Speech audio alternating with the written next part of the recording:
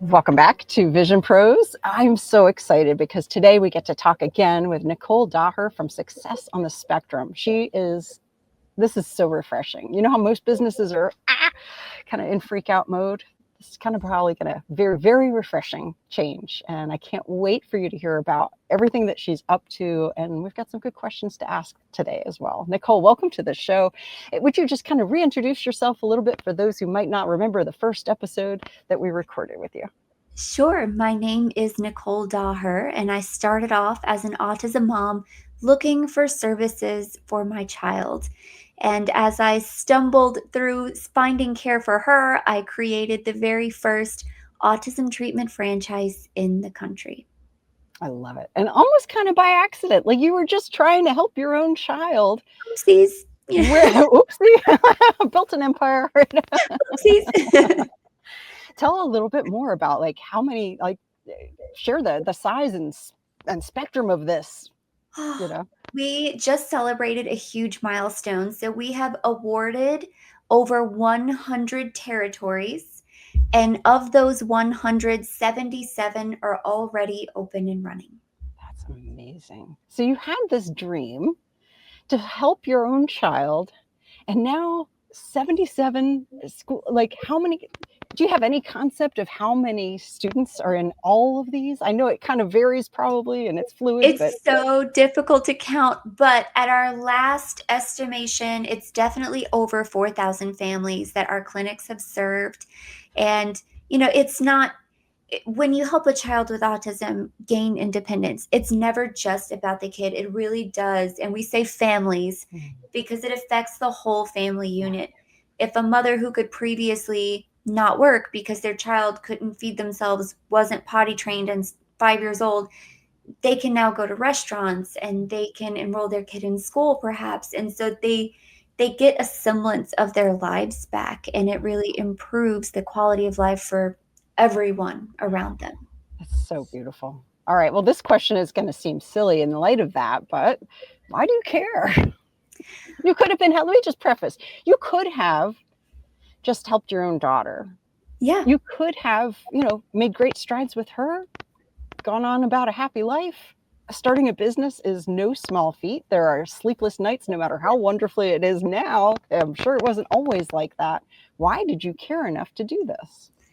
I think I have my father to thank for that. I was always raised to know that children, animals, and old people need to be protected. They can't speak for themselves. They don't have their own voice, or they're not able to advocate for themselves. And so you have to protect them.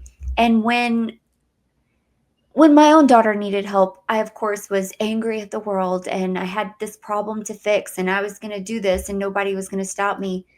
But when I saw other moms just as desperate as I was, but not as able as I was to start a business, or not as knowledgeable to start their own business, or the fear of the unknown was preventing them from doing something, I just felt like there was this huge injustice in the world, and I was going to tackle this thing not just for me but for everybody. I didn't feel like it was just mine. All kids deserve the same thing, and it felt just as good helping other kids as it did my own. And you kind of relive all those awesome moments where your daughter had their first words or made her first friend. You relive that with these clients. So it's very self motivating to do, and it's very easy to love what you do because it's so positive and rewarding all of the time. And a lot of businesses don't have that. If you own a pizza place, you don't get that warm, fuzzy feeling from serving food to people. But this is it changes your life, and it changes your perspective, and it makes you appreciate what you have, and you seek giving that to others. That's so cool.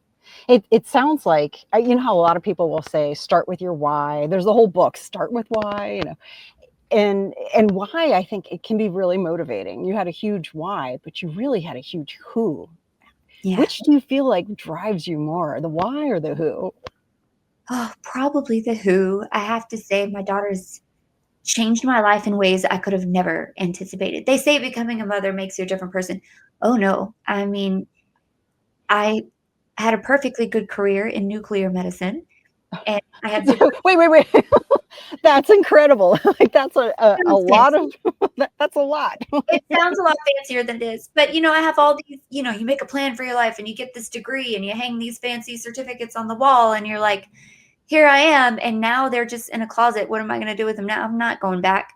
So, it's kind of life has a funny way of you don't get to decide where you're going. Your destiny is gonna be over here, and you're just kind of going with the current, and I feel like that's what I did. I saw something needed to be done and I did it. And after you get there, there's the next mountain you have to climb. And you're like, well, let's go over there. And then you just keep going. And by the time you're done, you turn around and look back and you see this empire that you've built and you've helped so many people. And it's now bigger than me. And that's what I'm most proud of. Honestly, it's not just me helping my own daughter or me running one clinic. It's 70 other people doing the same thing as me. We're replicating the Nicoles and reaching way further than I could have ever done by myself. That's so amazing. I love to hear that. That is so cool. Now that you've, like we say, essentially built an empire and you've got all these different, you've got team of all kinds, you've got the franchisees, this is a lot of people to lead. Coming from nuclear medicine, I have no idea whether they teach any sort of leadership skills or anything. I would doubt it. But talk a little bit about what has been your best leadership experience ever. So when you start something from nothing, especially on a tight budget, you wear a lot of hats. And I was the receptionist, I was the CEO, I was the janitor, I'm still the janitor and the maintenance man, let's be real. I was the IT support, I was HR, and you do a little bit of everything to make the business run because you can't open a business tomorrow and pay one person to run your website and one person to do payroll and one person you can't do that. So you wear a lot of hats. And as you get bigger, and I've heard this from a lot of business talks that I've been through or leadership strategy books that I've read, you have to learn to let go because you can't scale. You can't do everything by yourself. There's only one of you, and you can't scale if you don't let that go. And that was really hard for me. I'm a little bit of a control freak. I'm a lot of bit of type A, and nobody can do it better than I can. And so I had to hire a team that I trusted, a team of people that had the same mission and desires and goals that I had. And I had to trust that they were going to do their job well and not hover over them and micromanage and try to stick my nose in everybody's business. And once you empower the right people to take over a job for you, it truly allows your brand to scale and your business to grow.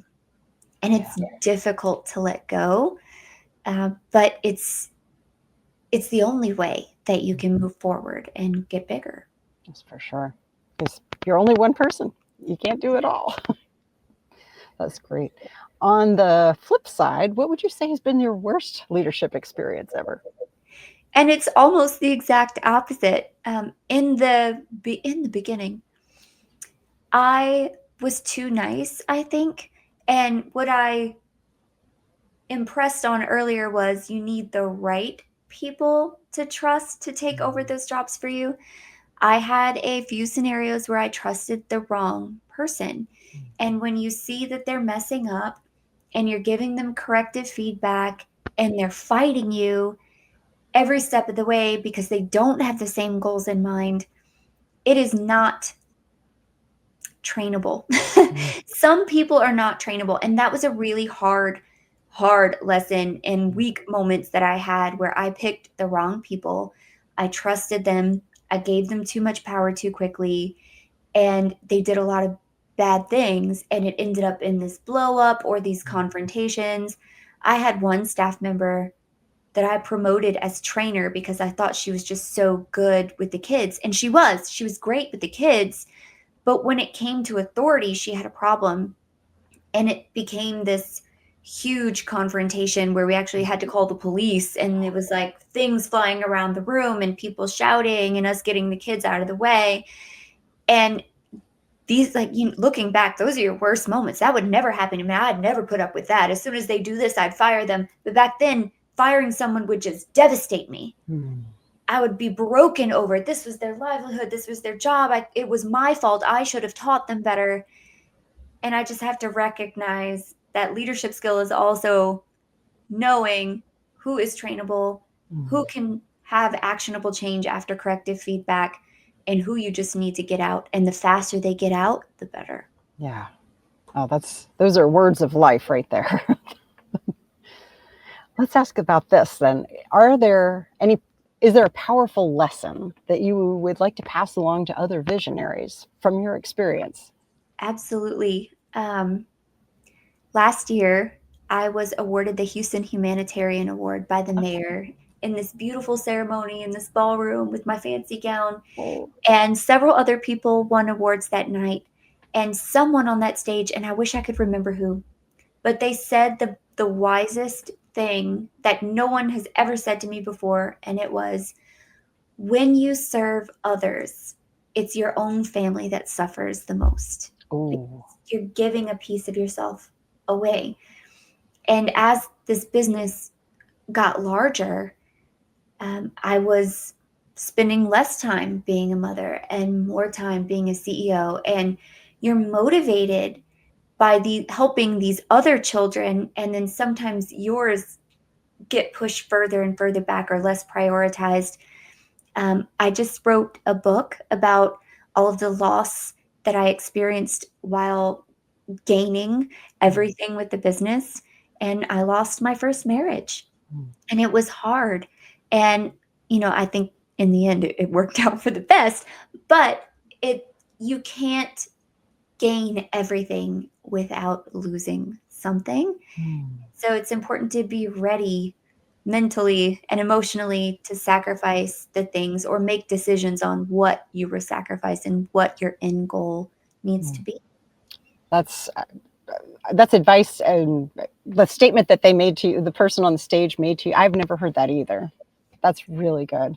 And it's, you don't learn it until you're looking back. And I wish someone had told me sooner. And if they did, I don't know if I would have believed them. Right. No, he has my back and my family's fine and they love what I'm doing and they're proud of what I'm doing. And sometimes that isn't true and you don't realize it. Yeah. Oh, that's amazing. That's so good. Thank you so much for sharing your wisdom, for doing the work that you're doing, the change that you're creating in the world and for these families, and the ripple effect that comes out from that for generations is just huge. It's hard to even conceive of how powerful this is that you're doing. I do have imposter syndrome quite often. I'm like, did I really do this? Me? I'm just over here in my little podcast studio here. Like, I'm not doing that much. But there are so many people that get touched and the kids deserve it. And my vision is that all the kids that need help one day will have access to it. And it's a shame that right now there are not enough clinics in existence to provide the care for all the kids that need it. And I'm out to fix this. And if other people want to jump in and help me paddle this boat, let's all jump in and let's rescue. Let's send an SOS to all the children that need help. And as a community, together, we can be very powerful. So good. Where can people find you if they are interested in helping? If you are an aspiring entrepreneur that is looking to open an autism treatment clinic, you can visit our website, sosfranchising.com, and you can learn more information about it. There on the website, there's contact us buttons that will actually set up a video call with me to answer all of your questions.